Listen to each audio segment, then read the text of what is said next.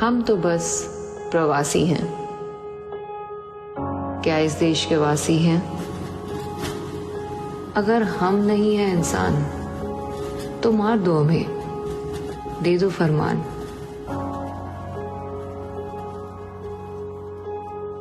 खाने को तो कुछ ना मिल पाया, भूख लगी तो डंडा खाया। फासले तय किए हजारों मील के,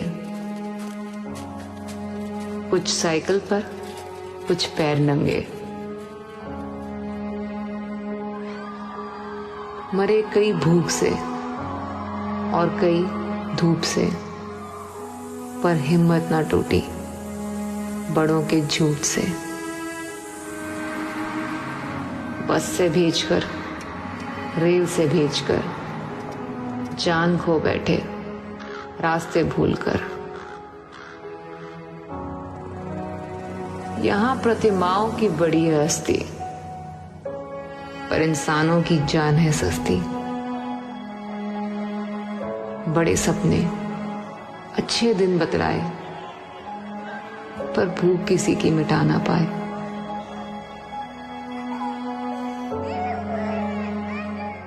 चाहिए ना भीख ना दान, बस ना छीनो आत्मसम्मान।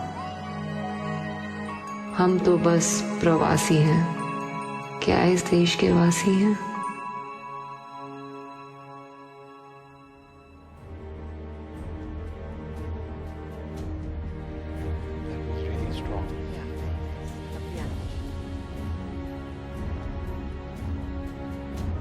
Hello and welcome.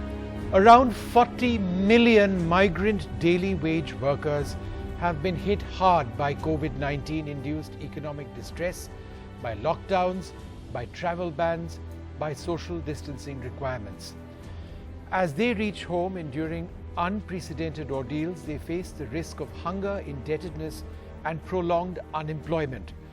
While the need of the hour is for immediate relief to serve urgent needs, equal attention is required towards a sustainable and resilient rebuilding of lives through a multi-pronged response, addressing health, education, livelihood needs, both in the source and destination areas of migration.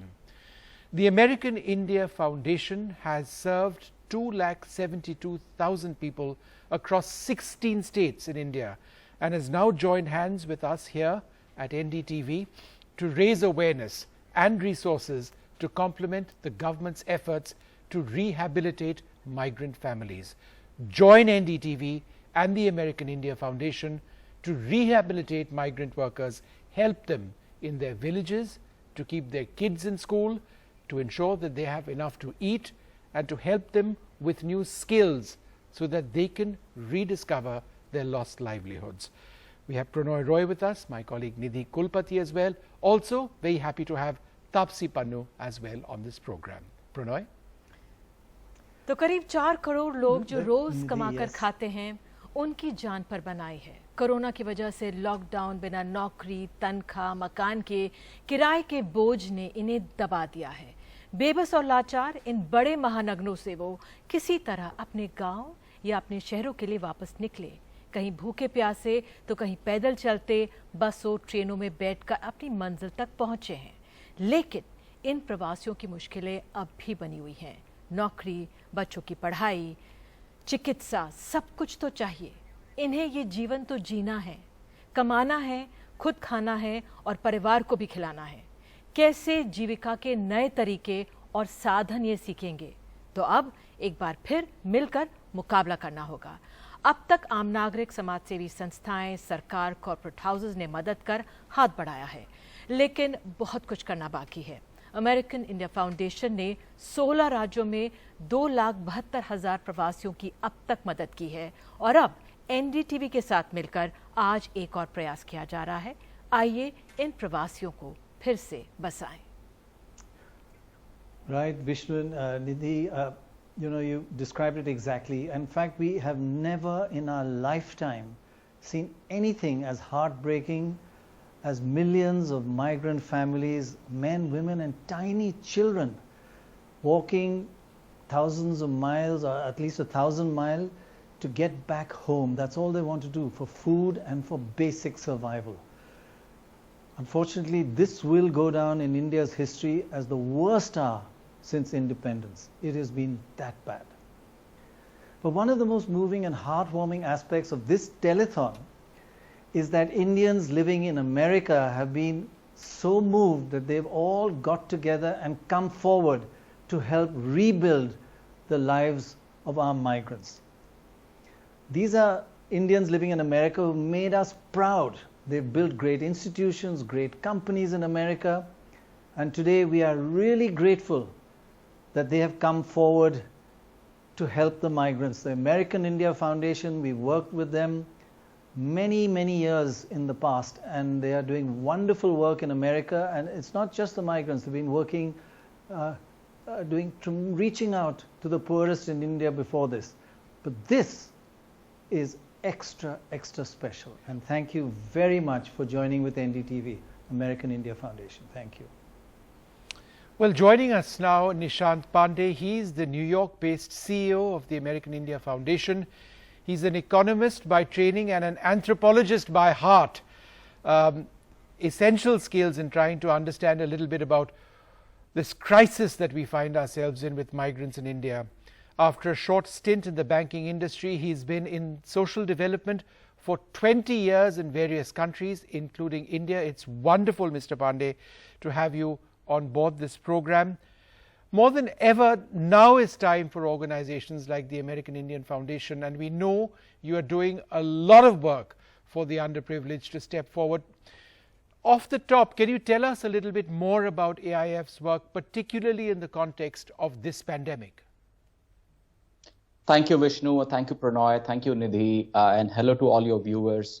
AIF was created 20 years back as a philanthropic bridge between the US and India at the initiative of President Clinton and the then Indian Prime Minister, late Shri Atal Bihari Vajpayee, in the immediate aftermath of the Gujarat earthquake in 2001. And since then, we have responded to all humanitarian disasters in India, whether it was tsunami or floods or earthquake. Last year, we contributed more than $1 million, that is about 7.5 crore Indian rupees, to government's Bharat Ke Veer Fund to support families of India's brave hearts after the Pulwama terror attack. Our mission is to empower underprivileged women, children, and youth through a holistic, multidisciplinary, multidimensional approach to improving health, education, and lively outcomes for poor people in India. Working very closely with the governments, we have served close to 7 million people in the last 20 years. We launched our COVID-19 relief effort at the end of March, and over the last 10 weeks, working with the governments and various other partners, our teams on the ground have done a heroic job of serving close to 300,000 people across 16 states of India. In fact, as we speak, our teams are actually delivering ration kits in the source migration geographies in Bihar and Odisha. As you said, despite all the depressing and heartbreaking stories and images, what has really inspired me is this extraordinary strength and resilience that millions of migrant women, children, and youth have shown. Mm-hmm. So imagine what they can achieve if we invest in their health, education, and livelihoods now. Children rarely get a second chance in life. If they miss proper nutrition in their early years, if they miss proper education in foundation years, this is a loss that they are never able to recover from. We have heard a lot about the livelihoods destruction, but as millions of people go back to their native villages and small towns, it's also putting a lot of pressure on the already weak public health infrastructure and the education infrastructure. Right. We also know from previous crises that prolonged school closures are especially hard for adolescent girls.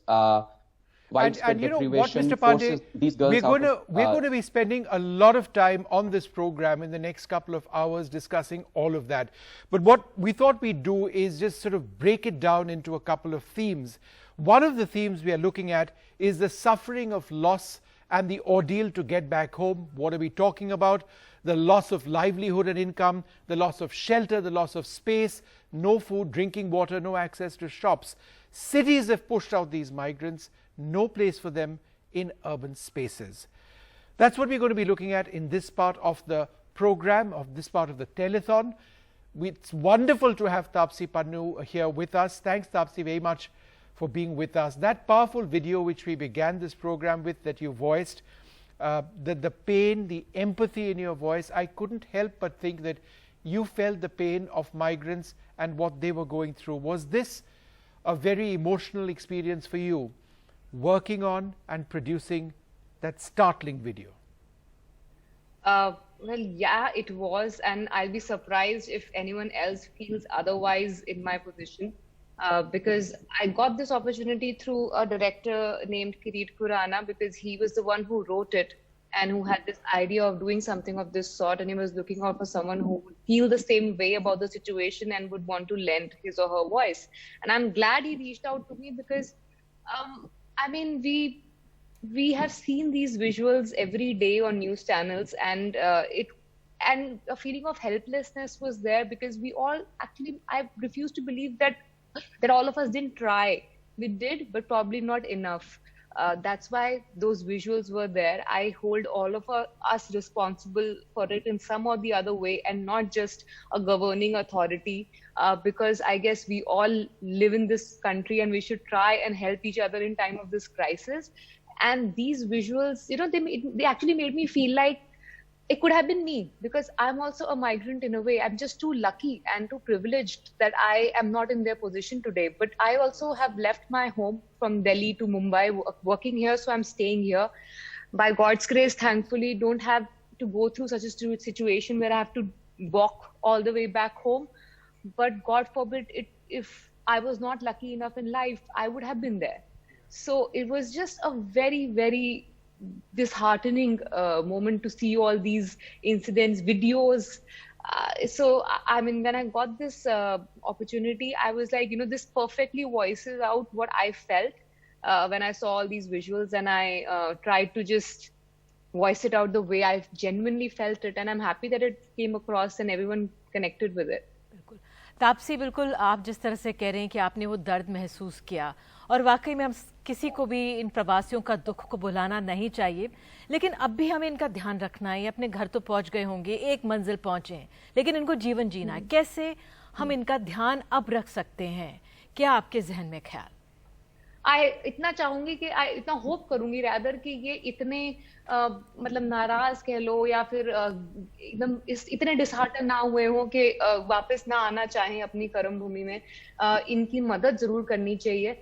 जो जैसे हम सब लोग हैं, हम लोग कहीं ना कहीं अपनी लाइफ में किसी ना किसी लेबर वर्कर के साथ काम करते ही हैं, अपने बिजनेस में ना सही तो अपने घर के लिए ही सही, तो एटलीस्ट उनकी देखरेख की हम पूरी चाहे उनको देखरेख नहीं कर पाएंगे, पर थोड़ी हेल्प तो कर ही सकते हैं, कि उनसे पूछ तो सकते ही हैं कि कुछ चाहिए आपको।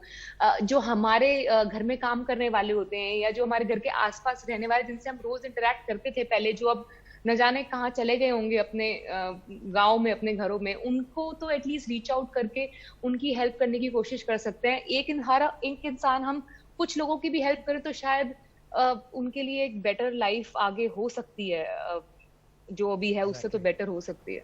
Exactly.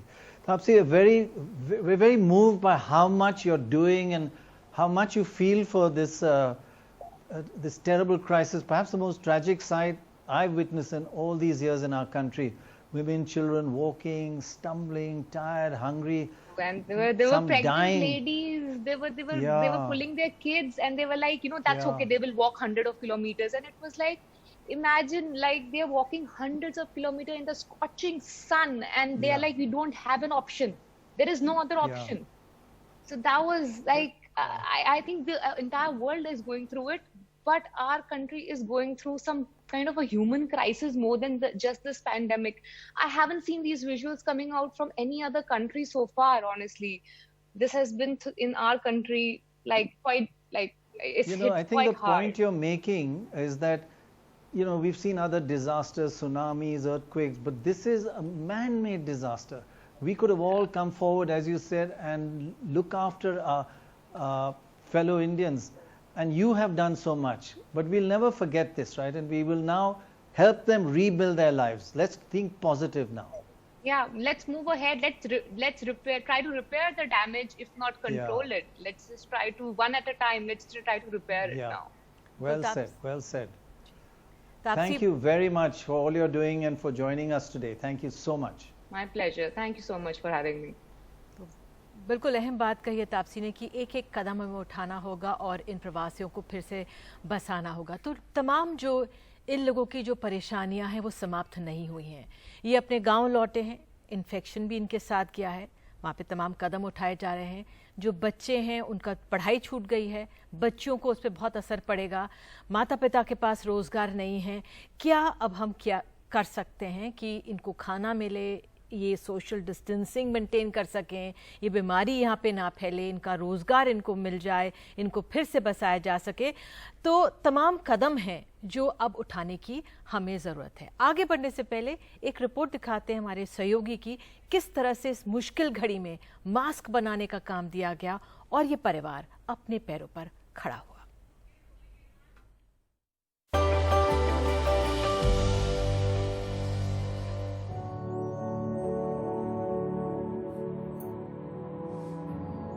Yasmin lives with her 5 children and husband, an auto driver, who had no work or earning during 2 months of lockdown. Yasmin is grateful she got training and subsequently worked to stitch masks during the lockdown through a livelihood project of American India Foundation. Lockdown में बहुत हमारे को मदद मिला वो पैसे से। वो तरकारी दूध लेने पैसे नहीं थे खर्चे करने के वास्ते, तो वहाँ से मिला तो ज़्यादा सहूलियत हुई हमारे को, बहुत फ़ायदा हुआ। वहाँ से काम करी, वो टाइम लॉकडाउन में किसको भी कोई काम नहीं था, वहाँ से बाजी फ़ोन करके बुलाए बोल के हमारे को काम मिला, पैसे मिले। मैं 200 तक बना लेती थी। बच्चे हमारे उसका स्टिचिंग करते थे, तागा काटते थे, उसको जमाते थे, मैं सी के देती थी। Over 1 lakh masks being made by nearly 200 women, many of them single, deserted or disadvantaged, is now being redistributed in the community. This is the second phase of American India Foundation's COVID response after reaching 300,000 people across 16 states. Now is the time to rebuild lives of migrant communities who have been worst hit by the pandemic. Basic needs including food and hygiene need to be met. They're greatly concerned with their income and livelihood and access to basic healthcare services. A stitch in time saves 9, they say. In this case, thanks to AIF, stitching of masks has saved hundreds of families from hunger and will hopefully protect thousands and thousands more from the virus. In Hyderabad, the camera person Nagraju, Uma Sudhir, NDTV.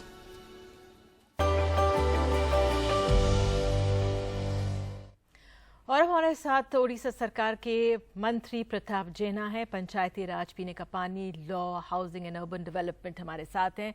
बहुत बहुत धन्यवाद प्रताप जेना जी समय देने के लिए। Sir, you have a long association with American India Foundation in Orissa and more specifically now with the pandemic too. What are your thoughts?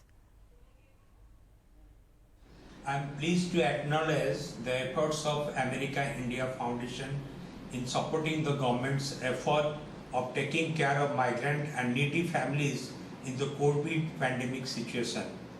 When I was the Education Minister, we worked with the American India Foundation to establish a centralized training model of enhancing the teachers' capacity in Odisha. Since then, American Indian Foundation has been working in education and health program in Odisha. I thank American India Foundation for their support to 3,000 migrant families with ration and hygienic kits, which is the immediate need. Mr. Jaina, many of the migrants will not be leaving their homes in a hurry. Now, what does your government plan to do to rehabilitate them in terms of education, upskilling, that's so critical, and their livelihoods where they are? We have planned so many programs to rehabilitate them. Those are coming out of Odisha. We are going to plan them. We are going for training program for them like Mashon training and different type of training. After that training, we are going to engage them in the different activities, in the building work and different type of work.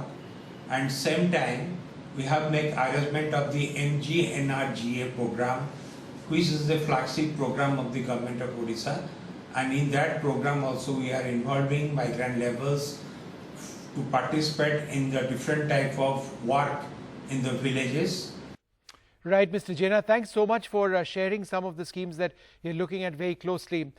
We're joined now by Kiran Mazumdar-Shaw, Chairperson and MD of Biocon Limited. Thanks very much, Ms. Shaw, for being with us. Welcome to this program, this show. Now, corporate India has stepped up like never before to help on so many issues related to this pandemic, but it just seems to me that so much more can be done, that at a time like this, no matter how much distress they may be in, the economy may be in, there is so much more that we can expect from corporates. Would you encourage them to come out and to help, in this case, migrants? I think,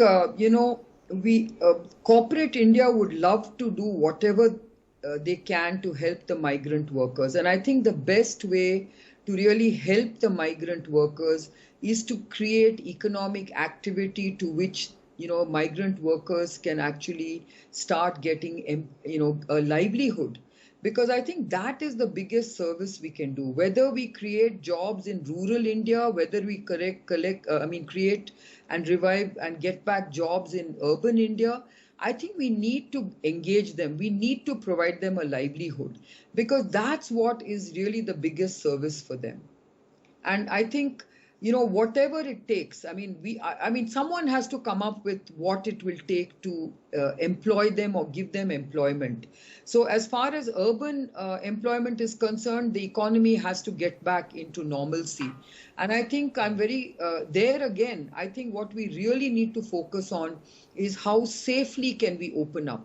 And that's why I think that if we can focus on test, trace, and quarantine and keep the environment safe, economic activity will come back fast. And that in itself will have a cascading effect on getting the migrants back in terms of their livelihoods and employment. Right. In fact, spot on. It has to be very systematic.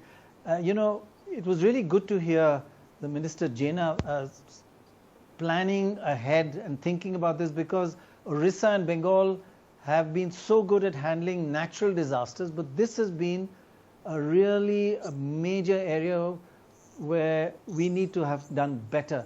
And it's been wonderful to see how active you are being in helping in this crisis. And I must say, I have to ask you the question everybody wants to ask. We know your company is collaborating to come up with a vaccine. Hopefully there'll be a success soon, but how soon? I know it's a long process. We've studied it in detail, and you can't take shortcuts. We have to be certain that it's safe. But when do you just estimate we will have a vaccine, and how do we get it to the poorest and not just the privileged classes? So Pranay, I have to be very honest. I think we should be realistic. I don't think we can get a safe vaccine for at least a year. Because even if you get a vaccine by the end of this year, we don't have enough safety data to show is it, protecting us for a long duration or not. We don't want a vaccine with which you can get infected soon. So I think we need to be a bit realistic. I am much more optimistic on getting the treatment sorted out so that we really save lives, so that we don't have such high mortality rates. And I think once we can actually find that people don't die of the disease, then I think the fear psychosis can be removed out of the whole pandemic. And I think we will be in a much safer place. And I personally believe you've got to have an approach that tests people so that you can almost create these immunity passes that we keep talking about.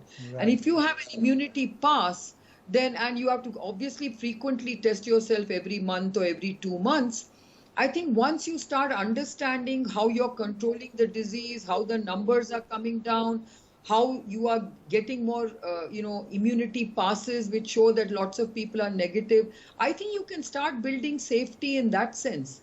But if you're just going to be on tenterhooks for the vaccine, I think that's not a good way to approach this management. What about the disease. treatment? Any particular treatment you have more hope for? See, you know, Pranay, you must look at the disease as a continuum. There is phase 1, phase 2, phase 3 of the disease. Phase 1 is mild. It should be treated in a certain way. There are a number of medications which you can give at that early stage before it gets into a severe stage. That has a number of things, including hydroxychloroquine, and even remdesivir is best used at that early stage before you start getting onto oxygen. The moment you get onto oxygen, you can use biologics like, you know, IL-6 antibodies, like CD6 antibodies, which we are, trialing right now. Those actually help a lot in recovering and rescuing these patients. And if you also have patients who are on a ventilator, then you can try a combination of biologics and plasma therapy. Plasma therapy can be used at any stage. But I'm just saying that these are the kind of continuum of care that we need to come up with so that we don't see, or we see very few people succumbing. Once you get to that level, I think people should be very, very safe and confident. All right, well, that's an important message, that we need to be realistic in terms of our expectations on the vaccine, a year or so for it to be proven to work, and something that's available to large numbers. Safe. Yeah. Proven to be safe. Proven to be safe, fair enough. I mean, it will show that it works even by the end of this year. But I would wait for it to be proven to be safe with no nasty side effects. Sure. Thank you so much, ma'am, for being with us. Thanks so much indeed. Joining us now, Gary Norcross, the Chairman and President and CEO of FIS. Why is India important for FIS? Well, first, we're just really proud to be associated with the American India Foundation and NDTV's initiative regarding hashbounding, rebuilding lives. You know, India is such an important place for FIS. I took my first trip there in 2007. More than a third of our population, of our more than 55,000 employees, are based in India. And as we look at the global pandemic of COVID-19, it's really our duty at FIS, we feel, to give back to the communities that we operate in and service our great company every day. So it's just a thrill to be a part of this great initiative and really making a difference in India. So why is the well-being of people crucial for business in general? So as we think about people around the globe, it's vitally important because at FIS, we drive the critical infrastructure of financial services. So we're very focused on the way the world pays, banks, and invests. And for us, companies like ours, working hand in hand with local authorities, being able to invest in communities and help impact this serious pandemic is very important for us. We want to be able to get people back to work. We want to be able to get the economies back open and moving. And so it's been very important for us to focus not only on our people internally, but the communities in which we work in, which is why today I'm very proud to be a part of this fundraiser. You know, thank you so much for coming forward, and you've witnessed so many different areas where you have come forward and helped. What makes this one different and motivated FIS for this cause? And we hope your coming forward will inspire many others to do the same.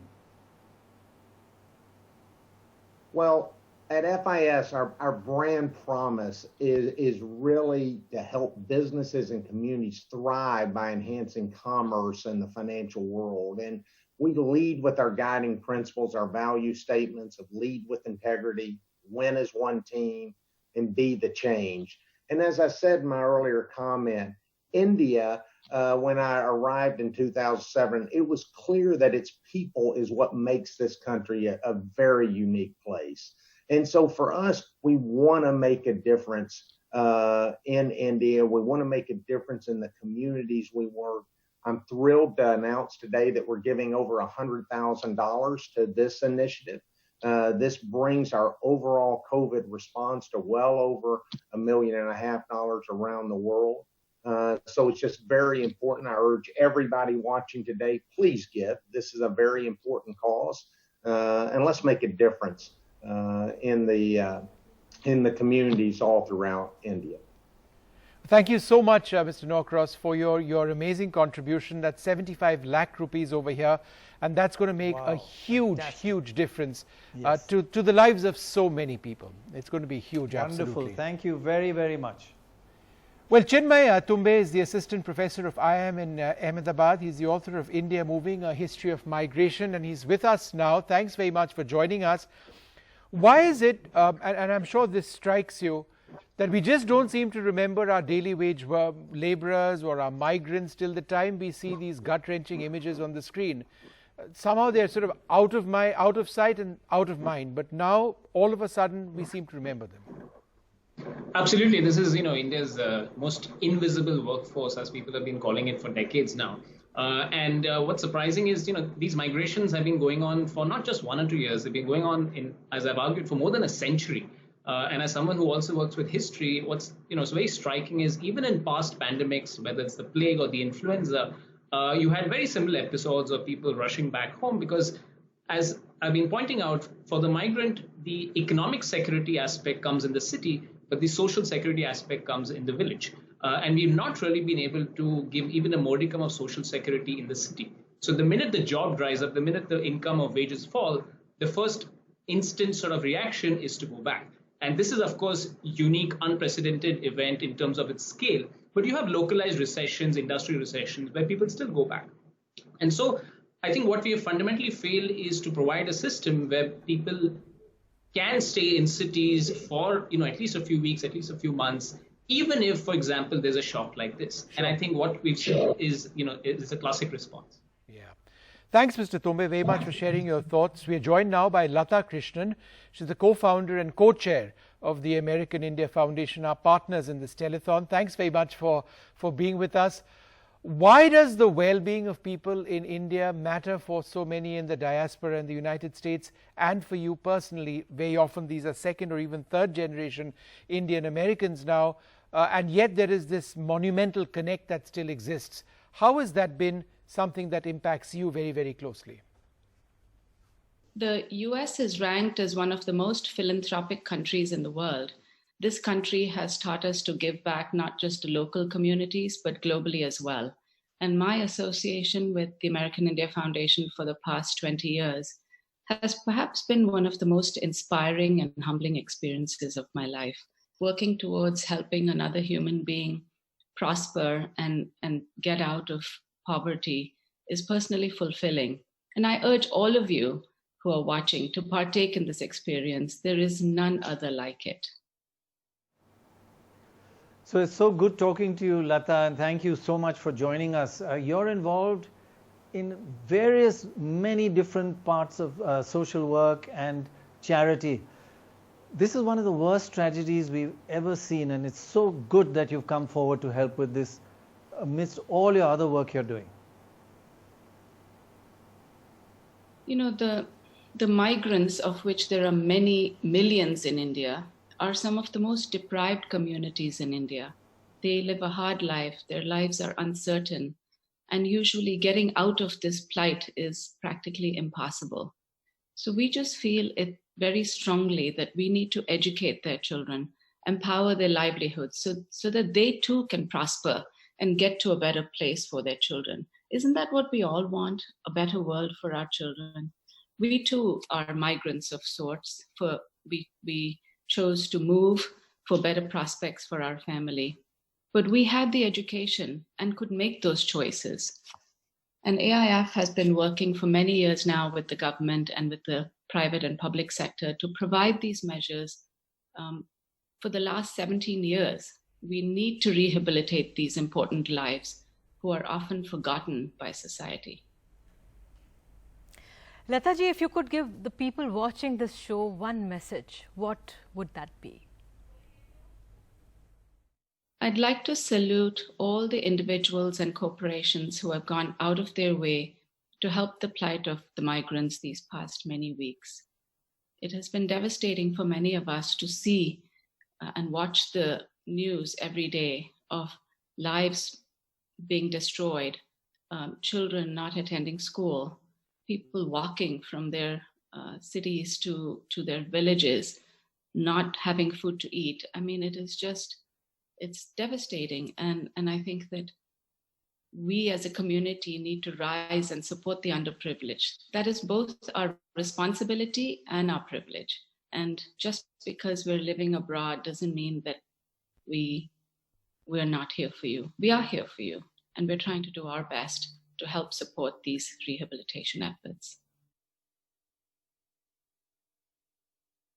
I urge each and every one of you that is watching today to think about the power of engagement, to be engaged, to participate in the solution.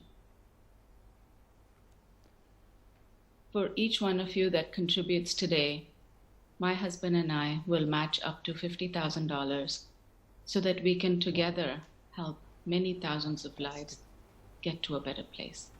Thank you. Wow. Thank you so much, and thank you for your amazing contribution of 37.5 lakh rupees for this cause. That's going to be absolutely huge. Joining us now, Nirupama Rao, former Foreign Secretary and India's former Ambassador to the United States. Thanks, ma'am, very much for being with us. You also sit on the India board of AIF. Now, you've interacted with the American India Foundation during your tenure as ambassador, after that as well. Tell us how organizations like AIF play such an important role in reaching out to people over here, particularly at times like this. Thank you, Vishnu and Pranay. It's wonderful to be on this show, and so happy that NDTV is supporting this very worthy cause. In response to your question, I think relationships between democracies such as ours are built essentially on the people-to-people component. People are the lifeblood of this relationship. And therefore, when we talk about the current crisis involving migrant labor and the need to help these millions of people who've been dislodged, displaced, and had to, walk the roads of India in search of refuge and protection and security, I think every one of us is moved by that sight and wants to help. We have to develop and discover the compassionate core within each and every one of us. So coming back to what the United States and India can do together at this time, I think the work of the American India Foundation very much epitomizes and essentially crystallizes what the meaning of this people-to-people relationship is about. Right. You've, of course, worked, thank you very much, good to talk to you again. You, of course, worked a lot with Indians in America and their relationship with India, and it's just wonderful to see the Indian diaspora in America come across the world and form this bridge and help out in this migrant crisis. So basically, you must have found in your life that you can take an Indian out of India, but you can't take India or their DNA out of an Indian. Is that wonderful? Exactly, Pranay. And when I traveled the length and breadth of the United States when I was ambassador and had the opportunity to interact at every place I went with groups from the Indian American community, and what struck me most was their sense of attachment, their sense of belonging, which had not been broken as far as India was concerned, and their sense of deep commitment and involvement. The concepts of dana and seva are very much a part of our cultural traditions. And it's also very much a part of the American tradition. Within the United States of America, it's one of the most giving countries in the world. And there's a lot we can learn from the average individual American in this regard, despite all the troubles and the upheavals that have besieged that country in the recent past especially. When you think of the giving culture of Americans and when you think of the spirit of volunteerism, which I feel we need to inculcate much more in this country, which is what Gandhiji spoke about. He essentially was a great votary of volunteerism. And we need to go out there when we see these scenes of suffering. I think more than just feeling moved about it or engaging in debates about it, I think we have to do something about it. Yeah, in fact, actually, you know, in this whole crisis, we found a lot of ordinary Indians coming forward and donating, as long as they trust where the money goes is going to be used properly. That's very, very important, that factor of trust.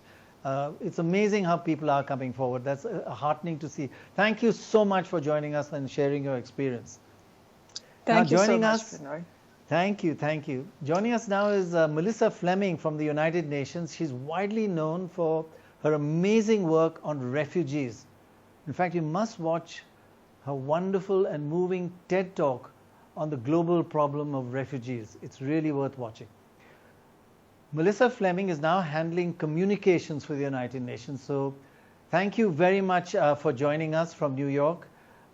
Drawing on your huge experience on refugees and migrants, here in India, we've had this huge migrant issue, people walking thousands of kilometers to get back home, partly out of fear and partly they've just got no jobs because of lockdown.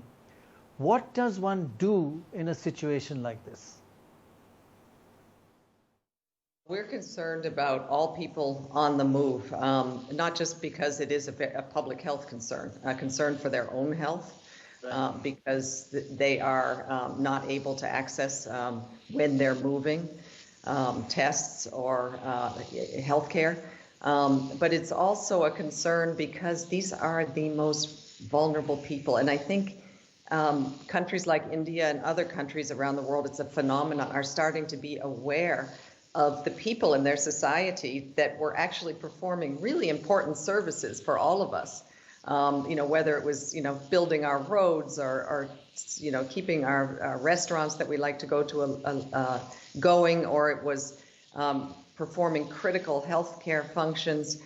We are starting to see these people who work in grocery stores, as the valued members of our society. I think that they were more invisible before. So it's extremely important now moving forward, and this is one of the things that we hope could be something good coming out of this horrible pandemic, is that the inequalities that existed before, that there is a realization we can't go forward like this. Can't go back to where we were. You said for refugees that the aim should be that they should thrive, not just survive. Those are your exact words. Now that applies so strongly to migrants as well, because they are, as you say, the seeds of India's future. They must thrive, not just survive. Yes, absolutely. I think each situation is different, but certainly I think it is being recognized that those migrants who are now on the move, who are retreating, were performing really important functions in our society, and that they should be valued also in policies. They should be incorporated. It is not sustainable to have people living hand to mouth from one day to the next, and to fall through the cracks as soon as there is a crisis. You know, people need to have access to universal health care, for example. That's one of the goals that we hope will take on new meaning because of the coronavirus pandemic following this crisis. So yes, all of a sudden, the plight of people at the fringes of our society has been exposed by the pandemic. And of course, right now, the only thing that we can hope for and try to help with is to allow them to survive, so that perhaps later we can all thrive. Thank you very, very much. And we do see a huge role for the United Nations. I'm sorry I couldn't see you on the screen. In terms of countering the scourge of misinformation. That's another area we're working on. The misinformation on social media, and then rebuilding a better world after this and not going back to the old. Thank you so much. We'll talk to you about misinformation and what you're doing in another program. Thank you. Thank you so much for joining us today. Well, joining us now, Manu Shah, CEO of MS International. Now, Manu and Rika Shah are dedicated philanthropists and strong believers in providing education, literacy and livelihoods throughout India. Thanks so much for being a part of this. You have such a successful business, spread over multiple countries, thousands of employees. What and when did you decide to turn to philanthropy? As entrepreneurs, we track the need of today to predict the possibilities of tomorrow. With this approach in mind, over the last 5 years, our philanthropic arm, Sarvamangal Family Trust, has donated over 45,000 computer tablets to students between 6 and 14 years of age in remote areas to build schools without walls and support personalized learning. Our effort has rewarded us during COVID-19 when the same students found themselves digitally prepared and well equipped as they had to transition to online learning. Right, but why the AIF cause? What motivates you to support this? We support AIF's cause because the reason our company supports over 160,000 jobs worldwide due to the availability of digitally literate and trained workers. A lot has to be done by India to educate and train workers, especially in rural areas and small towns. Over the years, I have noticed that there has been a big shift and desire in India for white-collar jobs, which means India is doing well. However, India's per capita income cannot increase unless the central and local governments, industries, and skilled organizations work together to improve education and training for blue-collar work. We believe that over 500 million people can be uplifted, meaningful changes can be made, and other countries can be given competition if India can become both a blue-collar and white-collar powerhouse in the world. Manuji, migrants have gone through deep distress. How can they be helped? The best way to find yourself is to lose yourself in the service of others, says our very own Mahatma Gandhi. I encourage that we all should come forward and do our part of giving. Thank you so much, Manuji, for being part of the show, and thank you for the incredible contribution of 2.25 crores for the cause, 2 crores 25 lakhs. That's unbelievable. And with all of the other contributions we've been getting, just please, those watching this program, keep it up. Joining us now, Anand Ramamurthy, Managing Director of Migrant India. Mr. Ramamurthy, thanks for being with us. What is Migrant doing to battle COVID-19? The focus and partnership with AIF to rehabilitate migrant communities in Hyderabad. Tell us a little bit about that. Migrant has had a long and a rich tradition of working with the communities and the countries where we operate. Being a global company, we've had a significant footprint in Asia, China. So we had early access to the pandemic in terms of knowing the early signs of pandemic. This gave us a chance to plan and prepare better. And as a result, very early on, almost 3 months back, Migrant globally announced a fund of $35 million that was focused on addressing almost all aspects of this pandemic. And India was a significant beneficiary, being a strategic site of Migrant. We were a significant beneficiary. We've been working tirelessly for the last couple of months, especially in the areas of food, in the areas of healthcare, areas of education and skilling. We've been largely operating in the state of Telangana, where we are headquartered. We've also done some good work in the states of Andhra and Karnataka. And we feel very obligated to help the migrant challenges that have come up more recently, because a lot of the IT infrastructure that we are all so proud of has been built on the backs of these faceless, nameless migrant laborers. Now is the time for us as a community, as responsible multinationals, to walk the talk and do whatever we can. Mr. Ramamurthy, we need to rehabilitate our migrants. We believe you have an announcement to make. On behalf of Migrant and Migrant India, I'm very pleased and satisfied to pledge a sum of $125,000 US, which will be focused on challenges specific to the migration issues, the migrant issues, again, both short-term, mid-term, and long-term. The short-term issues are focused on hunger.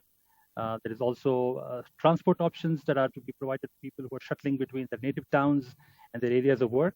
We're also going to be working with America India Foundation to focus on long-term skilling, making sure these people can find their foot in the place and start working again.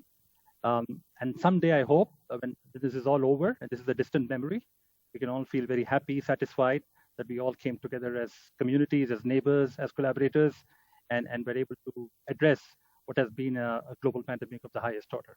Thank you. All right. Well, thank you so much for that amazing contribution of 93.7 lakh rupees for the cause. It's just amazing. You know, it's not even been an hour and already we've got so much more. And you know what, Pranoy? There's more news. It's just coming in.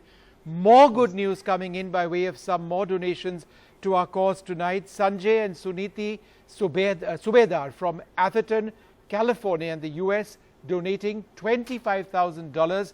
That's 18.7 lakh rupees. Sanjay is a founding and managing director of Storm Ventures. He also serves on the governing board of the Indian School of Business. And it's not just that. Wonderful, wonderful. It's not just that. Our next donation comes in from Dr. Romesh and Kathy Vadman in Los Altos in California.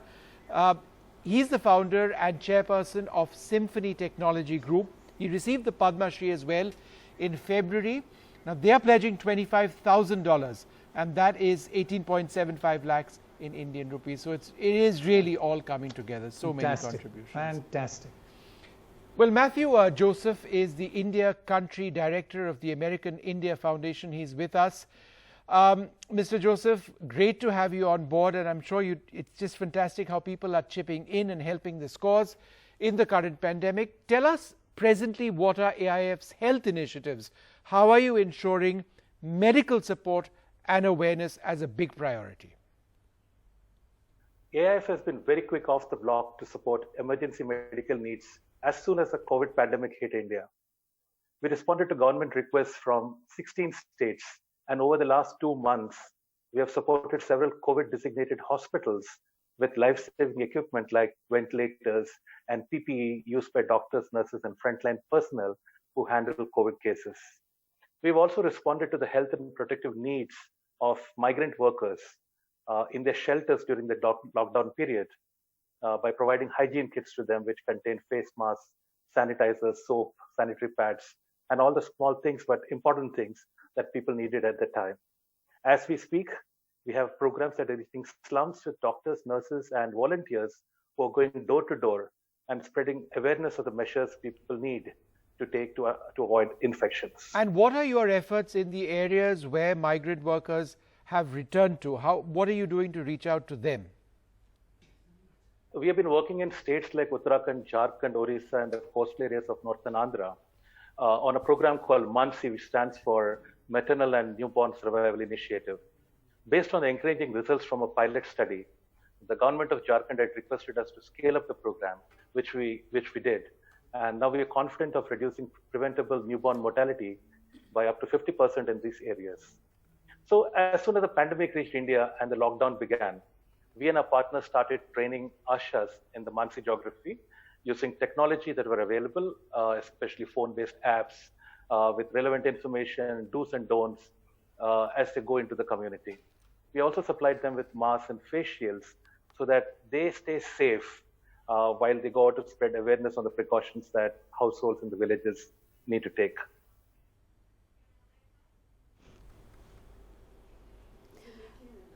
So thank you so much, Mr. Matthew. And we have another donation announcement. Vijay and Swati Advani from Atherton, California are donating $10,000, which is 7.5 lakh in Indian rupees. And Kumar and Vijaya Malavali from Los Altos, California are donating $5,000, which is 3.75 lakh in Indian rupees. All the funds collected tonight go towards rehabilitating migrant workers. Thank you so much. So now we have... Wonderful. Yes, sir. Yes. And now we have activist and researcher in community health, Padma Shri awardee, Mr. Abhay Bang. Dr. Bang, thank you so much for taking out time and joining. I know you with your wife is doing amazing work in rural India. आप हमारे ग्रामीण भारत में बहुत काम कर रहे हैं स्वास्थ्य सेवाओं को लेकर. खास तौर से आपका योगदान है अपनी पत्नी के साथ आप मिलकर बहुत वहाँ महाराष्ट्र में काम कर रहे हैं. क्या स्थिति वहाँ पर जरा बताइए. गढ़चिरौली जिला जो है महाराष्ट्र का सबसे पिछड़ा हुआ जिला है। इस जिले में कोरोना तो बहुत देरी से पहुंचा, लेकिन कोरोना के पहले उसका डर पहुंचा। So it's a major, predominantly a fear pandemic more than the virus pandemic. About 40,000 migrants have returned from various parts of India. They have returned to Gadchiroli. It's a very tragic experience. More than tragic, I would say it's a terrible injustice. We often call them migrant. Should we call them migrant, or rather they are displaced, they are refugees. They are twice displaced. Once they were displaced from village to urban area in search of employment, and they are again now displaced back. They are twice untouchables. 60% of them are scheduled caste, scheduled tribes. To escape from that untouchability, they moved to urban area. They are again now forced back. Again, they have become untouchable because of corona. Yep. So I feel if Gandhi was alive today, we know his famous quotation, talisman, the most miserable, wretched human being that you ever saw in your life.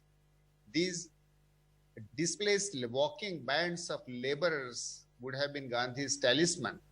And probably he would have started a new Dandi march for them to get justice from the today's society.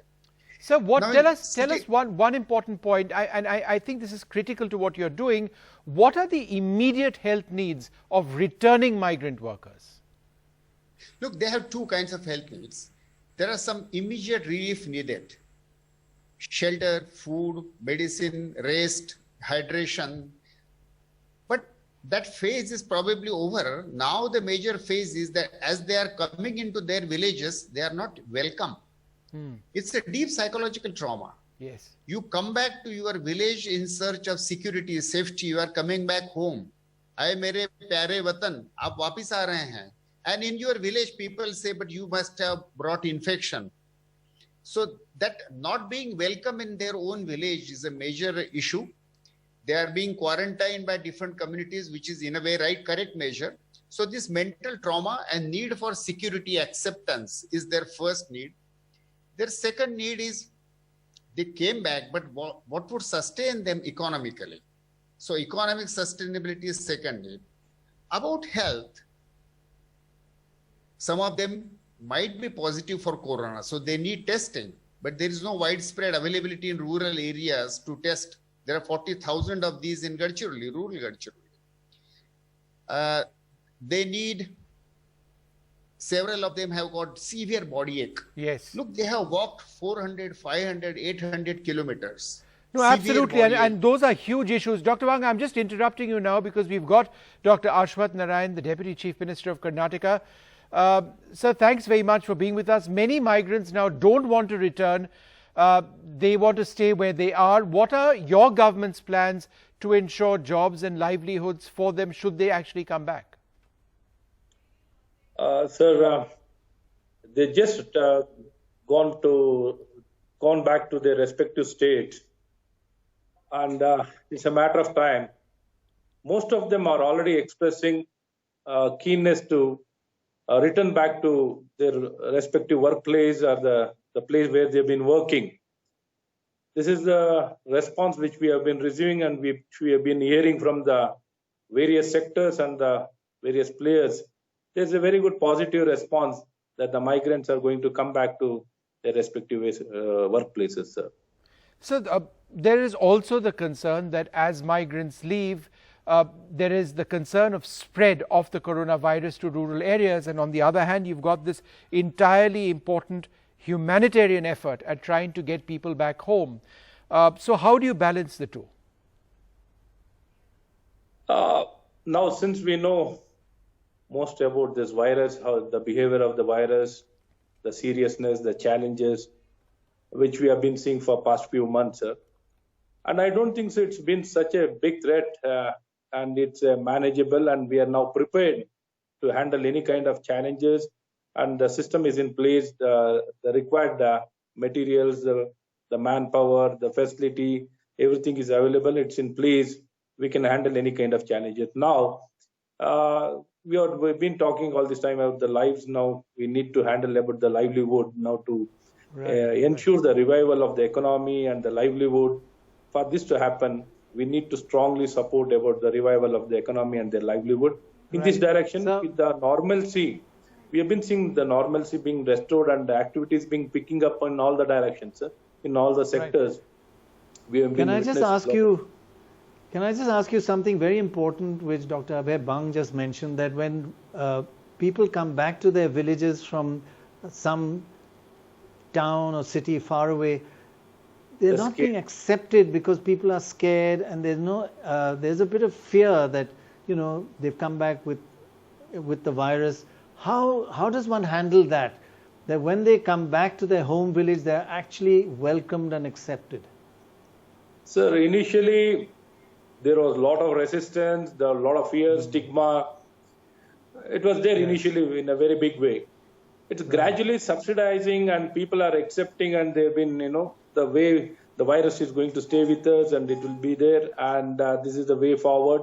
Whatever prevention needs to be taken, they're taking the prevention and allowing the people to return, because there's no other way.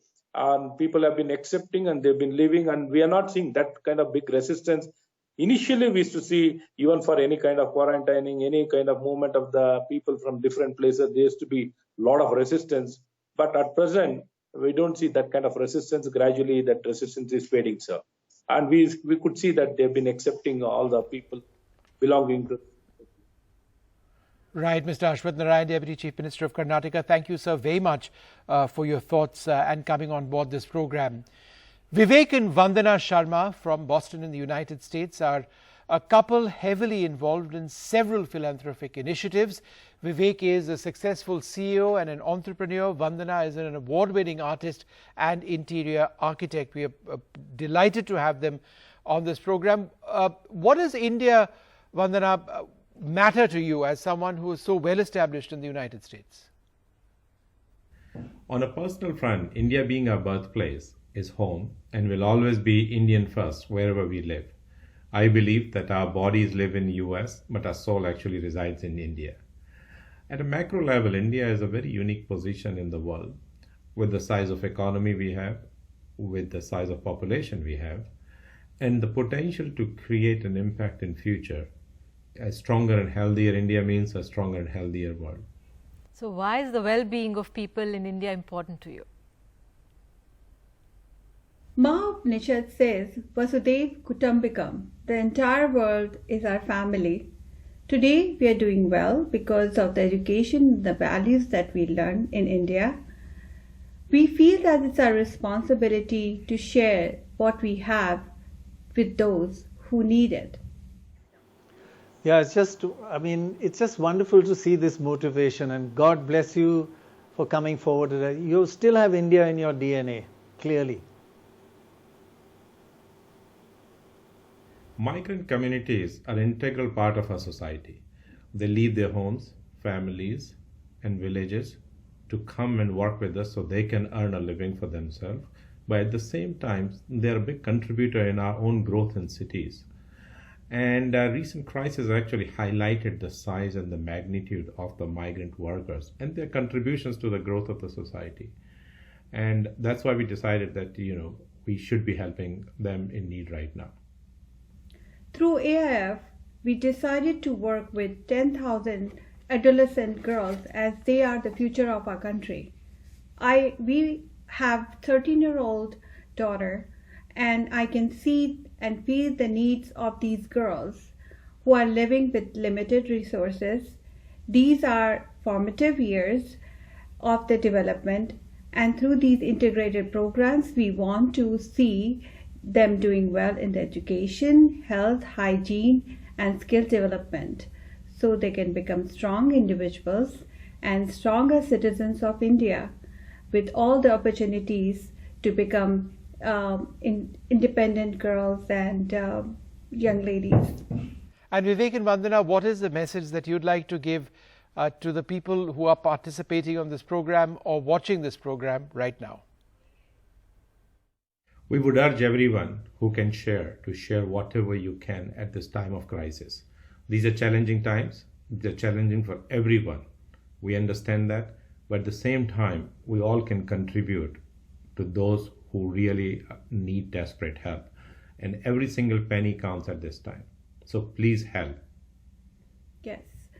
Working together, we can share the pain of our migrant families. Please help. Thank you. बहुत बहुत शुक्रिया विवेक and वंदना, बहुत बहुत धन्यवाद। और इस समय बड़ी खबर आपको दे दूं कि हमने 10 करोड़ इस मुहिम के लिए इस समय इकट्ठा कर लिए। Sir, it's 10 crore, that's what I have been told right now. And बहुत बहुत धन्यवाद। बिल्कुल, that is great. That's unbelievable. That's and halfway through, who knows how much more we'd be able to urge people to contribute and help migrants across. We take a moment and thank everyone. Really, the support really matters. It really matters. चलिए अब आगे बढ़ते हैं। और आपको ये जो समस्या हमारे सामने आई है, ख़ास तौर से जो बच्चियां हैं, लड़कियां हैं, स्कूली शिक्षा इनकी बिल्कुल अब हट गई होगी, क्योंकि ये अपना शहर छोड़कर कहीं और इनको जाना पड़ा अपने माता पिता के पास।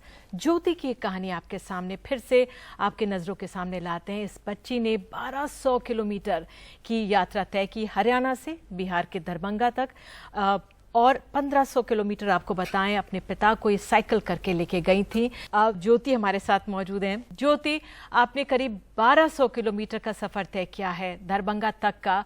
उस सफ़र के दौरान किस चीज़ से जो ताकत है आपको मिली कि घर आपको अपने पिता को ले जाना है जो बीमार हैं? मेरे पास खाने पीने के लिए पैसा नहीं था और रूम से भी बोल रहा था खाली करने के लिए, तो मेरे पास तो पैसा भी नहीं था, तो हम लोग कैसे आते। तो फिर वहाँ पे मतलब मेरे पास 1000 रुपया था, उससे हम साइकिल 500 का खरीदे और 500 रुपया उधारी उसके पास रख गया और वो 500 रुपया लेके हम घर तक आए। ज्योति, तो इतनी हिम्मत कैसे आपको आई कि 1500 किलोमीटर चला के ले जा लूंगी? कैसे शक्ति मिली? हमको क्या सवार हो गया था नहीं, लेकिन ये पता गरीबी देख के हम चले आए हैं। क्या आपको ये बात कभी हैरान करती है कि आप कैसे इतना दूर चली गई? वही लगता है कि कैसे हम चले आए। थोड़ा दूर जाते फिर सोचते थे कैसे जाएंगे, नहीं जाएंगे। ज्योति, एक बात है, क्या आप वापस लौटेंगी दिल्ली, हरियाणा? आपके पापा जैसे काम करते थे दिल्ली में, वहाँ वापस जाएंगे आप लोग बात करते हैं ये सब? यहाँ भी यहीं पे पापा को कोई नौकरी दे देगा भगवान दुआ से, तो पापा यहीं पे कोई नौकरी करेगा। जी, पढ़ने की इच्छा है क्या ज्योति आपकी? कहाँ तक पढ़ाई की है आपने?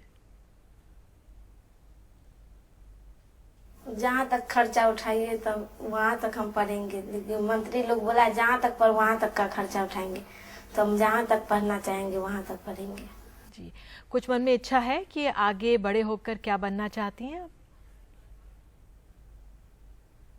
मेरा इच्छा अभी तो हम 9th में एडमिशन किए हैं और 9th के बाद कुछ पढ़ेंगे, उसके बाद कुछ सोचेंगे। अभी तो हम 9th में हैं।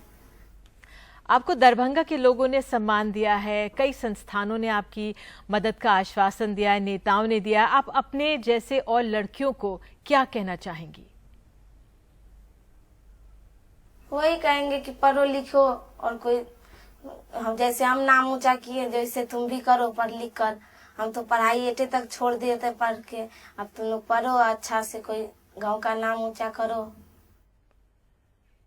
Jyoti, the incredible courage for such a young child. Well, we now have Reena and Harit Talwar joining us from New York. They've been supporters of the AIF for a long time. Harit is the co-chair of the American India Foundation. You've been in the US so long. Why does India and the well-being of its people matter to you so much in the manner that it does? I'm a proud Indian, although we live in the US, but I feel still very proud to be an Indian. And I am, we cannot ignore the fact that India has got such deep-rooted structural poverty. There is so much inequality in India. And I think what AIF is doing is amazing work. We have had the privilege of visiting some of these communities. And when I see the inequality, it really, I feel very assured by AIF's work that what we are doing is not just trying to put a Band-Aid on their problems, but we are trying to uplift the communities by education and health reforms. AIF does a fantastic job of it, and we feel that this is eventually what is going to bring on the change in the communities going forward. That's wonderful to hear that. Those words were very inspiring. You know, as you said, we have seen suffering, but now let's think about the positive. that they're back in their villages, they have a chance to rebuild their lives and regain what they've lost. How do we ensure that rebuilding of lives actually happens? We migrated from India to the US, and I feel blessed as a mother that we were able to give the best possible opportunities to our kids with this migration. Unfortunately, the migrant community in India does not have the privilege. Their kids' education is interrupted.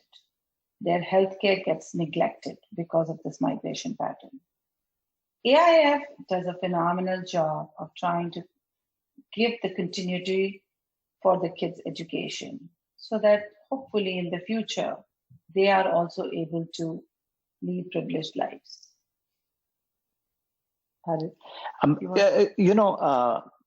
As my wife said, every human being migrates for better opportunities.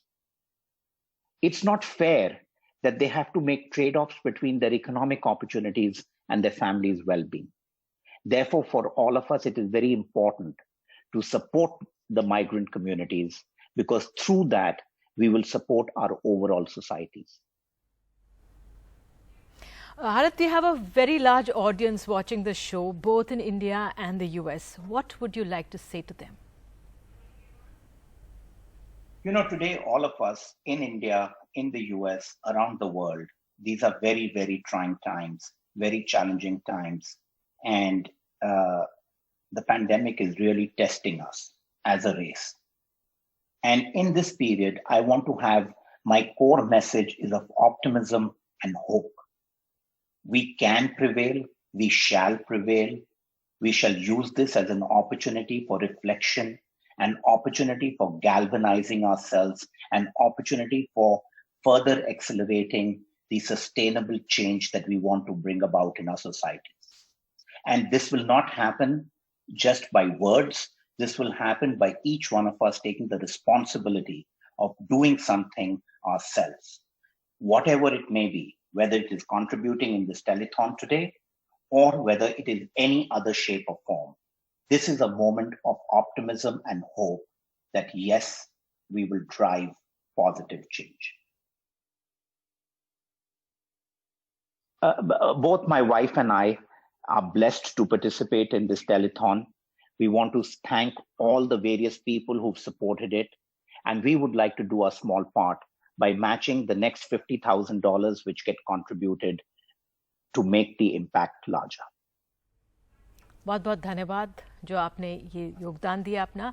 और अब एक बेहतरीन मिसाल किस तरह से America Indian foundation ने एक परिवार की मदद की इस त्रासदी के समय, खास तौर से 2 छोटे बच्चे किस तरह से उन्होंने इस लॉकडाउन में अपने परिवार को संभाला। देखिए ये report.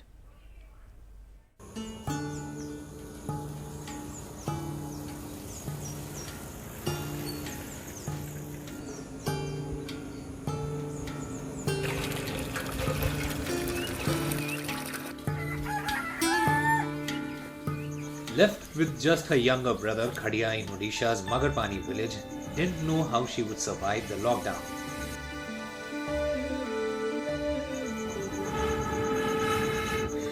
And then, the American India Foundation came to the rescue.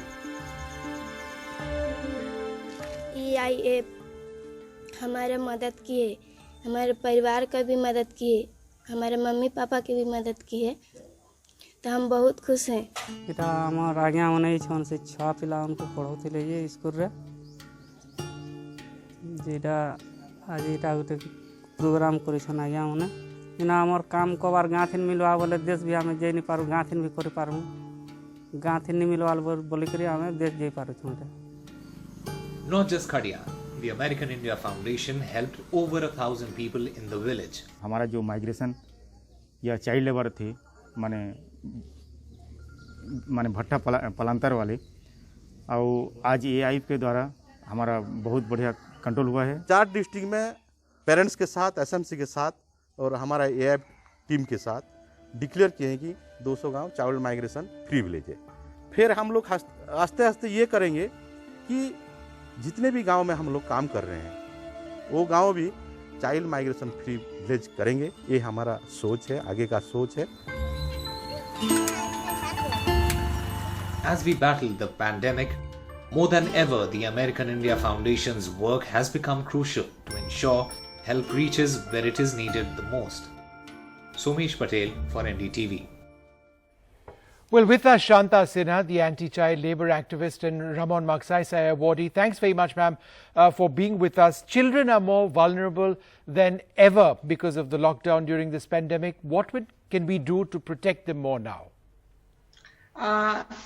Let me start with what I think can be done at the local level. I've just been listening to the AIF's initiative, and I think there are many NGOs who are working on the ground to face this challenge.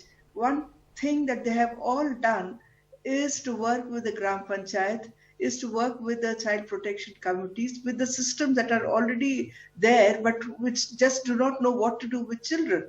So there is a need to involve them, and what they have to do is take a roll call of all children in their area. This is what we are doing. I'm telling you this based on the experience that we've had during this pandemic. A list of all the children between the ages of 0 to 18. And if you talk about child labor and children who've been trafficked, to have their names with the Gram Panchayat, and doing a plan for each and every child in that area. This is working, and I must tell you that children who've returned, they have all been counted for. Some have come with blisters, some have come with health issues, some have come hungry, some have missed out on school and are very anxious and uncertain about what can be done, and the local is finding solutions for them. So I think you trust the local, trust their capacities, and park a lot of funds in their hands to plan for every child and to administer it. I think it's so important to trust the local, and I'm sure they have the energy, the competence, and also the will to rescue their children and to see that they are on the path of education. Thank you so much. Thank you very much for joining us. Very important points. Joining us now is Amitabh Kundu. Thank you, sir, very much for joining us. And in all your work and studies and your writings, you know, as we look forward to rebuilding the lives of migrants, that's the focus today. Looking ahead and rebuilding. One of the big things towards ensuring sustainability in their lives, especially of their children, is education. How does one go about that? Pranay, I think COVID-19 did not really fragment Indian society. It simply showed how fragmented we have always been, how unequal the Indian society and the economy has been, as Ms. Reena Talwar was mentioning. I don't think that COVID-19 really made the interstate migrants and informal sector workers miserable and vulnerable. It simply brought their misery and vulnerability into public domain. Now, when you're talking about rebuilding the society, I think the Indian economy, with high level of inequality across the states and high disparity in the growth in labor force, South almost reaching, most of the states are reaching the stabilization, total fertility rate being 2.1, which means population will be stable after a few years, whereas northern states are having very high fertility, above 2.7, 2.8. There has to be migration. And I have a feeling that the statements made by, emotional outbursts by the migrants themselves, right, that they will never return, or the chief minister saying that, that certainly is not going to be the perspective. We have to have migration in a more inclusive manner, and particularly since the percentage of children and percentage of women in the migration stream has gone up, That's the evidence we get from population census. No, absolutely, and and national those sample survey. Yeah, that no, the share of entirely, sir, and that the percentage of women and children in what you describe, it's so very important to base any analysis on that. Sir, I just need to quickly move on because we've joined at this stage by Praveen Goyal, the Managing Director and Country Head of BlackRock. Praveen, why is India and the migrant cause important to BlackRock? Helping people with their financial futures and caring about long-term sustainability is core to who BlackRock is, and I'm proud to represent such a firm in India. We are a microcosm of the firm with more than 2,000 employees across Gurgaon, Mumbai, and Bangalore. Back in March, as a firm, we announced $50 million to help with COVID-19 relief efforts globally. Our strategy there has been two-pronged. One, the here and now, the food and the frontline health, and two, rebuilding the lost livelihood that this pandemic has brought about. The migrant crisis touches both. Locally in India, we've been working with various food banks and other community organizations with emergency food distribution and protective personal equipment in the hardest hit states. I'm deeply pained as well as humbled by the pain that the daily wage workers are going through, as well as the psychological resilience, honestly, in the face of severe adversity, the loss of livelihood, savings, food, shelter, even the safety that comes with the social security of your own village, exactly when you needed it most, basically everything. That resilience makes me a proud Indian.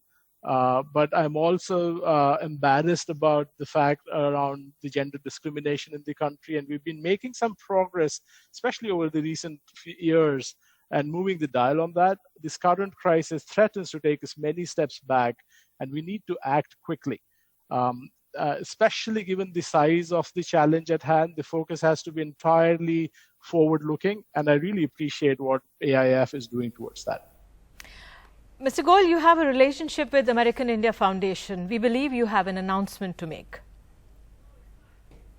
The need of the hour is to quickly shift our thinking from cause orientation to response orientation and have a huge bias towards positive, responsible action. The work that AIF is doing towards that is really noteworthy, and I'm pleased to announce that we'll be contributing through $5 lakh, about 3.8 crores Indian rupees towards that. I have huge faith in the abilities that AIF has evidenced over the years to the standing cause and commitment towards migrant workers as well as social impact in general. We have a lot in common, and I think we can achieve a lot through our synergies in financial inclusion, social impact, sustainable impact, gender equality, race equality, and so on. I also want to urge everyone in the audience today to come forward and pay it forward if you can, and thank everyone who already has. Like they say, success comes in cans, not in cans. Mr. Goyal, huge contribution. Thank you so much. And that is incredible. Mind-blowing. Yeah, incredible. It is indeed. God bless you. Well, we have a wonderful guest and somebody whose work Prannoy has tracked very, very closely, KK Shailaja, the Health Minister of Kerala. Kerala has done incredible work in fighting the pandemic. But ma'am, I must ask you, cases have been on the rise lately in Kerala with people returning to the state from countries across the world, also people moving to Kerala from other states. What are some of your strategies or your concerns as you deal with the present situation? We are continuing our strategy, our preparedness and the practical thing as previously. This is we expected that whenever the stringent activities were lifted, at that time the people again started to coming back to Kerala. We anticipated that thing and we prepared for that thing also. And as we expected now, after May 4th, the people are coming back. When the air travel reinstated, so many flights are coming, and by water also they are coming. Some ship landed here, and also by surface, by railway and by road, thousands of people are coming back here. And we are tracing them properly. Our strategy is to trace, quarantine, test, and isolate and treat. And we are continuing that same strategy now also. We are tracing them from the very airport and also from seaport, and also by the checkposts we are examining and taking the symptomatic cases at that time itself to hospital and sending the other persons who were asymptomatic, and they were sending to home quarantine. Right, or if there is no facility in their home for a room quarantine, they are sending to institutional quarantine. We are just doing wanted the a same clarification work now also. But among the people, yeah, just one clarification. You know, we have been Pardon? tracking. One clarification, ma'am.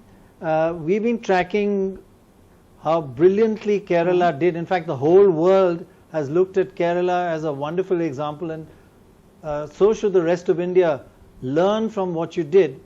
Now we have looked at the data, and for every 50 people coming back into Kerala, or every 50 people testing positive, 40 are coming from outside, either from the Gulf, say about 20 out of the 40, and 20 from other states in India. How long is this going to be a challenge for you, and when do you see this also tapering off? You had it down to almost zero for a long time with great success. Will you get back to being zero again? Yes. We are trying to do that, but it is not easy as previously, because in that previous incident, our first wave, the people are coming from the countries where the virus transmission is started at that time. Only it was started at that time. But now they are coming from the epicenters, from Gulf, and also inside India, our Chennai and Mumbai and Delhi, all these our big cities become epicenters, and the virus is rampant there, and virus load is very high, and they are coming from that place. And the people who came back, most of the people are positive, and we are tracing them properly, but it is not an easy task, you know.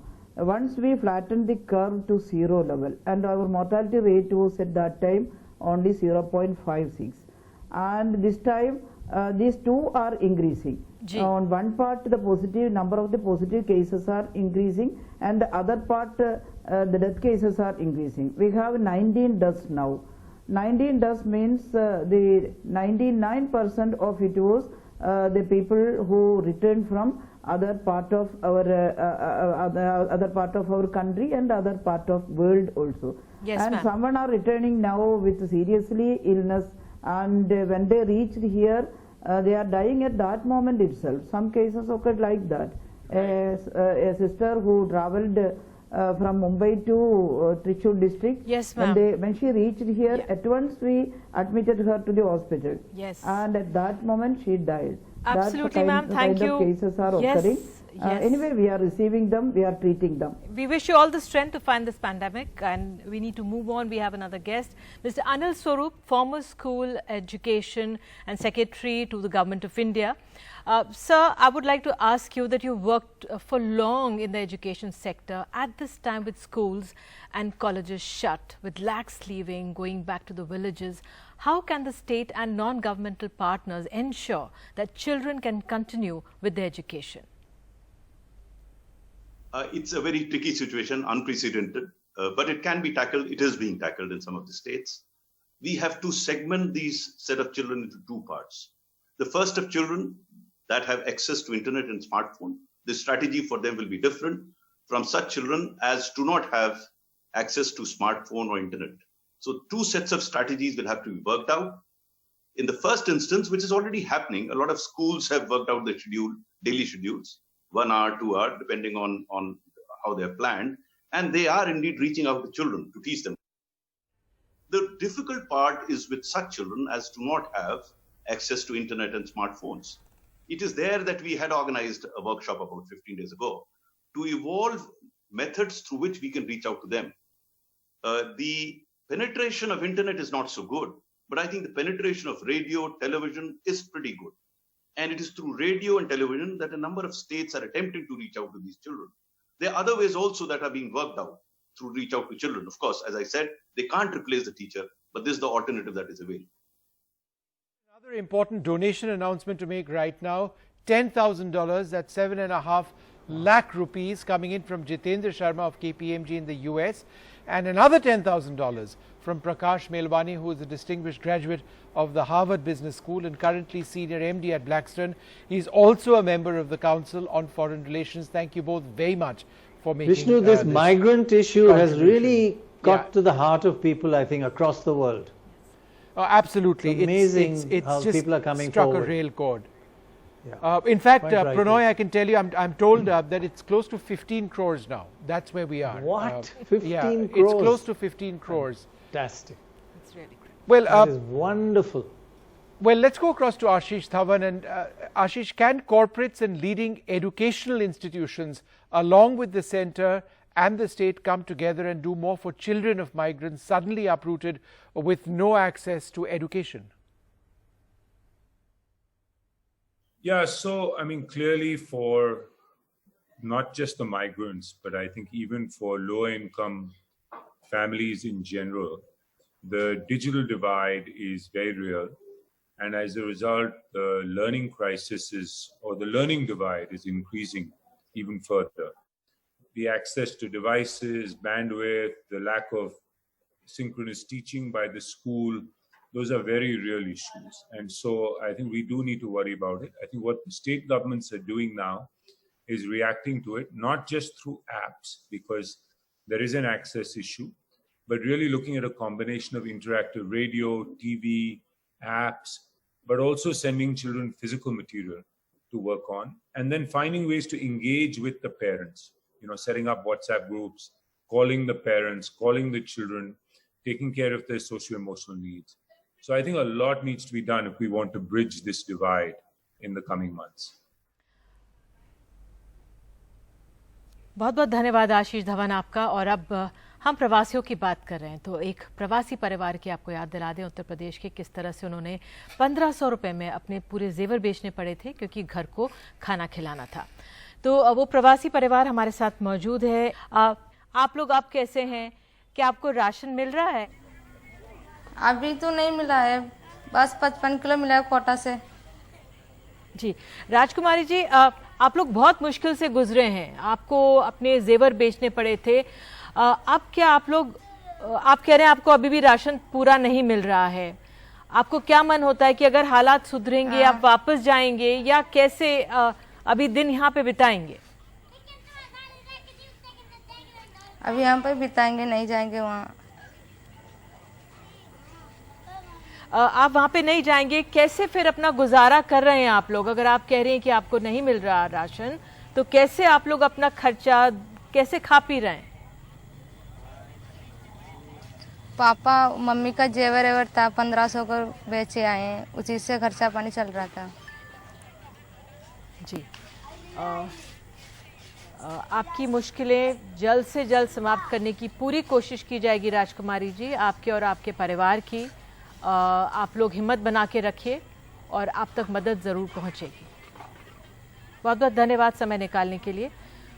और आइए हम उत्तर प्रदेश के मंत्री Siddharth Nath Singh, minister for Khadi and textile, small and medium enterprises, Uttar Pradesh सरकार के हमारे साथ हैं। बहुत बहुत धन्यवाद सिद्धार्थ जी। The government has taken many measures to help migrants. What more can be done? और अभी हमारे सामने एक कहानी अभी राजकुमारी जी की स्थिति भी देखी।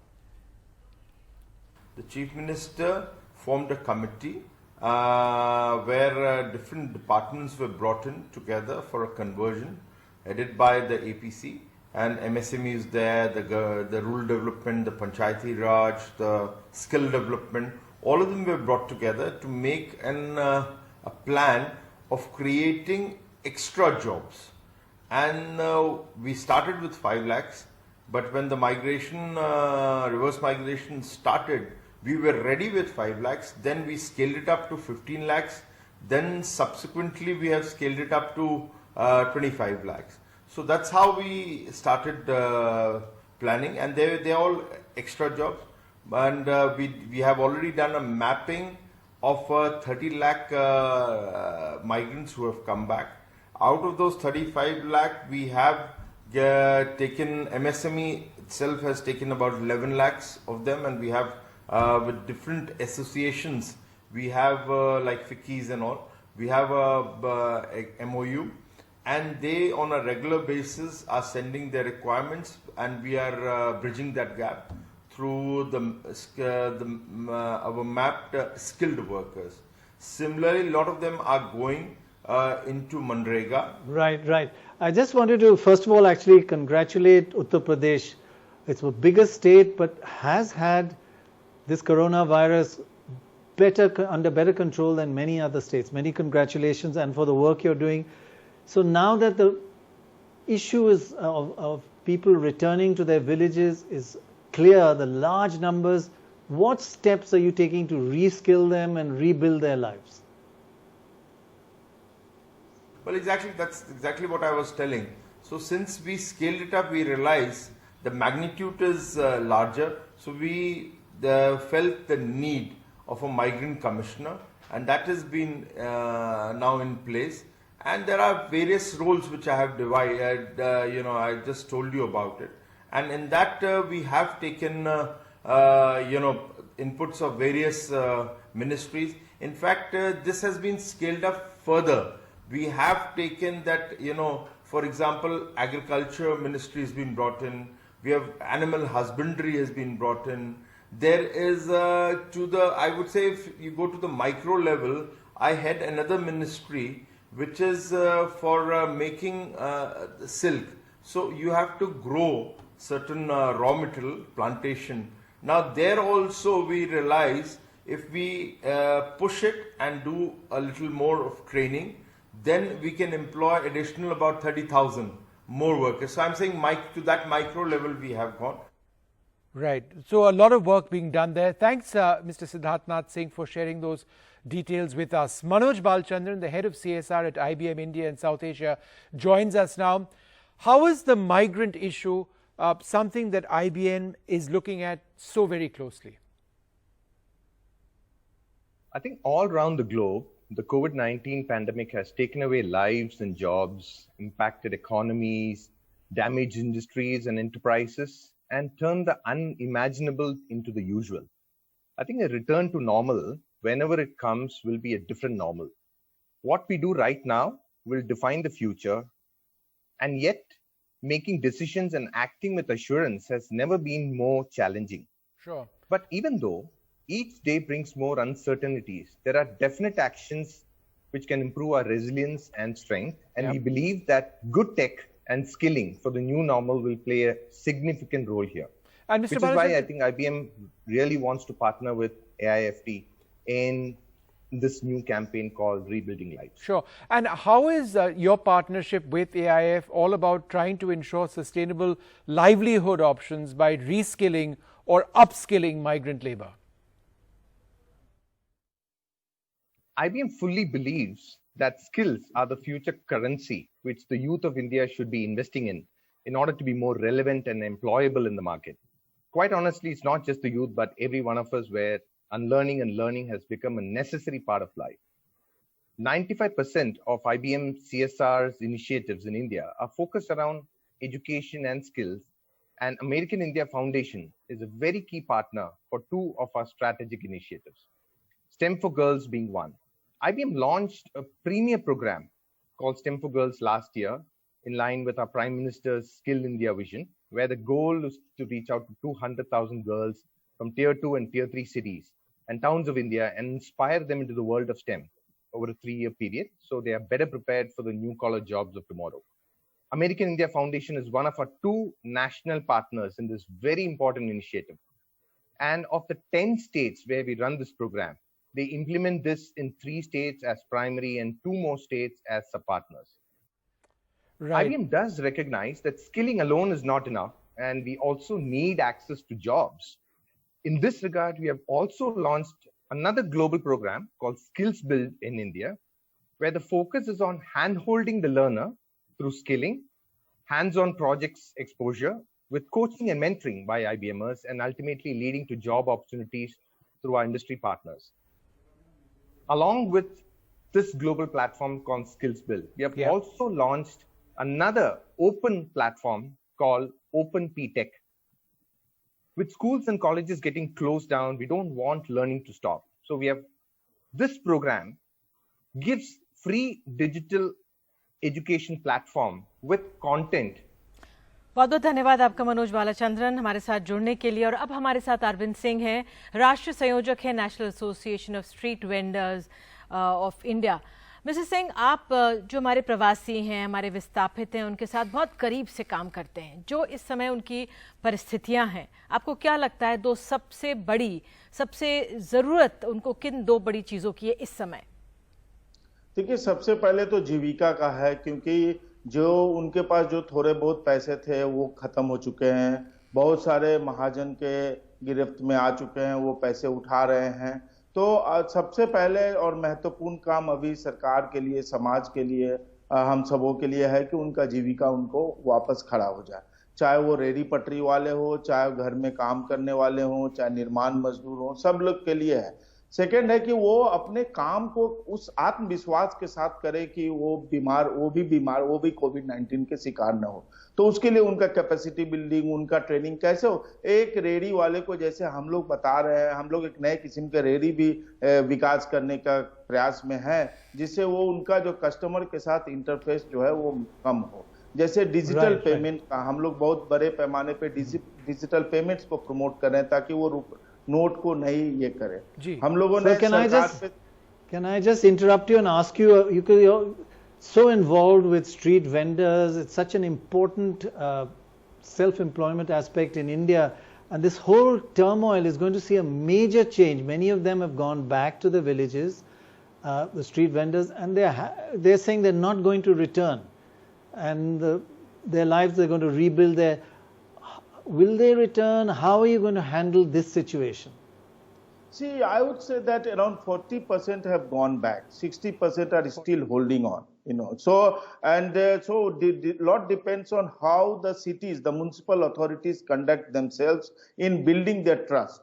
So many, like, fortunately we have a minister in government of India, Mr. Hardeep Singh Puri, who is very accessible and responsive. So when the lockdown started, we requested and he issued a circular that the fruit and vegetable vendors should be considered as essential service provider. That helped little, but the municipal bodies were very restrictive. So now that's what we are saying, that now lay down the cities in a new way, even smaller towns, and that's why we are pushing. We had a street vending act in 2014 which calls for vending zones in all the cities and certificates to vend. So in vending zones we are pushing in a big way, that if all the smaller towns, bigger towns, metros have the vending zones and the vendors sell their commodities in a better way, maintaining social distancing and all other norms, then they will not only provide for their livelihood, but also very important service. Because we must remember that this COVID-19, people have come to appreciate the vendors very much. They felt that when nobody was there, when big companies were not around, the vendors were there providing them vegetable and fruits and other things. So that's a very good image that has happened. Now, Government of India is also, we were asking for a cash transfer because many have gone into indebtedness. But Mr. now Singh, let me just jump in over there when you mentioned the words cash transfer, and I need to jump in because we've got more fantastic news. We've got another donor who's pledged $25,000. That's 18.7 lakh rupees to tonight's cause. Wow. Thank you, Rich Friedman, fellow and the secretary of the Corporation of Brown University, also the co-chairperson of the Board of Trustees of Mount Sinai Health System. And there's more. Sunita and Brian Pereira's Family Foundation have committed $5,000. That's $3,75,000 in the name of Bimal and Prakash Ghai. Another important announcement, Pratima and Venkat Srinivasan will match up to $50,000 US in donations today. That's their personal commitment. And Meena Subramaniam and Sundar Subramaniam from New England have donated $10,000 to this cause. That's 7.5 lakhs. Thank you all so much for this. So where are we at now, contribution. Vishnu? Where are we now? We were just under 15 crores. 15 crores. Yes. And we're over 16 now. We're over 16 crores. Over 16 crore, 20 lakhs or so approximately. It's a little over 15. I'm told it's a little. Okay, we'll get an update in a minute. We'll get an update in a minute. We'll get an update in a moment. But whatever it is, it's really, really moving to see this. Yeah, it is. It's incredible, absolutely. Well, Eric Fall, the Director and UNESCO representative for the UNESCO New Delhi Cluster Office covering Bangladesh, Bhutan, India, Nepal, Sri Lanka and the Maldives, here with us. He sent this special message, in fact, for the Rebuilding India campaign. During this period of sudden and unprecedented educational disruption, many challenges must be tackled at once. From deploying distance learning solutions and grappling with the complexity of provisioning education remotely, from delivering content and supporting teachers to providing guidance to families and addressing connectivity challenges. In line with the global efforts, UNESCO in India is mobilizing the state and national level actors and resources in order to develop an effective and unified response, avoiding overlaps for maximum impact. Our effort is to ensure that on-ground needs are matched with context-appropriate solutions to provide education remotely, leveraging high-tech, low-tech, and no-tech approaches with a special focus on ensuring access for women learners. Technology is clearly the key enabler for all such efforts. And finally, I want to point out that the COVID-19 pandemic has not only highlighted the plight of the migrant workers, but also shown how important they are to the urban economies. With more and more migrants moving back to rural areas, it is critical to find gainful employment opportunities for them. Policy focus should be on enabling migrant workers to either find employment relevant for their existing skills or helping them upgrade their skills or learn new skills to find alternate employment opportunities. We need to encourage self-employment and help create linkages with other enabling factors such as access to credit or access to new markets. Local governments can also play a role by retraining and hiring migrant workers for providing public utility services in sectors such as water, sanitation, or waste management. Some of these themes require policy directives from the government of India. And again, UNESCO will be highlighting these issues in its upcoming State of the Education report for India. All right, sir. Thanks for sharing that message with us. 15 crore 21 lakh. Pranay, that's what you were asking, what we raised so much. 15 crores 21 lakhs. That's absolutely incredible. Joining us now, Junaid Ahmed, the Country Director India of the World Bank. Thanks for being with us. Now, we believe the World Bank is giving a whopping 1 billion to protect India's poorest from COVID. Is there any kind of reform possible, legal and behavioral, that can emerge from this humanitarian crisis that will protect migrants in the future? Oh, absolutely, absolutely. But first, let me congratulate you, NDTV, for bringing what I think is an absolutely important story on today, which is the role of urban migrants and the role of urban India. To respond to your question, I think that India is very close to completely rewriting the social protection framework that it has. It's largely a rural social protection system, NREGA and other aspects. What India now needs is an urban social protection system which will give migrants the platform, the foundation on which to build. India is very close to that, not only in terms of getting an urban social protection, but a social protection system that's portable. Right. So whether you are in Bihar or whether you're in Mumbai, you're able to move from one city to the other and carry that social protection. That's essential for future of urban India. Yeah, no, that's absolutely essential. And thanks for sharing that thought. We're running short on time, so I need to go across to Nishant Pandey, the CEO of the American India Foundation. Nishant, one of the most important things that we've realized is that we just can't pretend that migrants don't exist. They are the backbone of our country, the blood, the sweat, the toil. How do we ensure going forward that they just must remain visible? Thank you, Vishnu. You know, before I answer your question, I just I heard you and Pranay talking about us crossing 15 crores, and I just want to take this moment to really thank all our generous donors. I'm just so inspired by their generosity. And this is a great example of people coming together to help each other. So thanks a lot. This campaign, obviously, for your viewers, this campaign will run for 2 more weeks. So if you've not had a chance to participate, you have a few more days to do that. I think in terms of your question, and if one has to look at positives in what has happened in the last 10 weeks or so, there are two things that I see. One is, just simply the fact that probably for the first time, the scale and the challenge of migrant population has become visible, not just to the general public, but also policy makers. We have been working with migrant communities for more than 15 years now, and we know that how challenging it was to talk about this issue.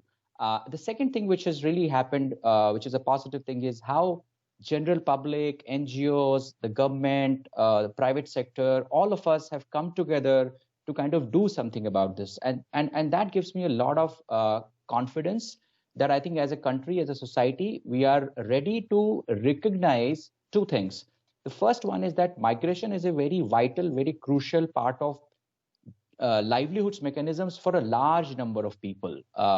The second thing that I think we are ready to recognize as a society is that migrants may not be local, but they contribute significant more than we were prepared to recognize before to the local society and local economy. Yeah. And of course, on the policy side, I think we just have to make sure that we make it easier for people to move around. I think Junaid was talking about, without being exploited or being deprived of the social protection schemes. Yeah. Out of the roughly 6 lakhs villages that we have in India, 2 lakhs have a population of less than 200 people.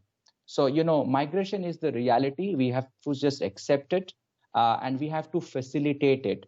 The government is taking a great step, one nation, one ration card. I think we need to just expedite that process. And we need to make sure that migration is not distressed. I'm a migrant too. I've been migrating literally for the last 20 years from one place to another. Yeah. But my migration is not distressed. And we just have to make sure that we help people in making migration decisions. Absolutely. Right. It's so important. And, as we wrap this up, and that message of yours that, people can keep contributing to this, the big announcement, 15.2 crores. It's unbelievable. Wow. Many congratulations. It's just unbelievable. Thank you everybody who's participated in this program all over the world. Vishnu, if I can say that, yes. I just want to say that, thank you so much for the partnership. We have loved working with the NDTV team. I want to thank the entire team of NDTV. I want to thank the entire team of AIF, who have been working tirelessly over the last week or so to Yes, I must say, you have a great team. And it's been great working with you. Very similar DNA, and our hearts are in this crucial problem for India. And we're looking ahead positively, though. Thank you and congratulations again. Thank you, everyone. Thanks a lot.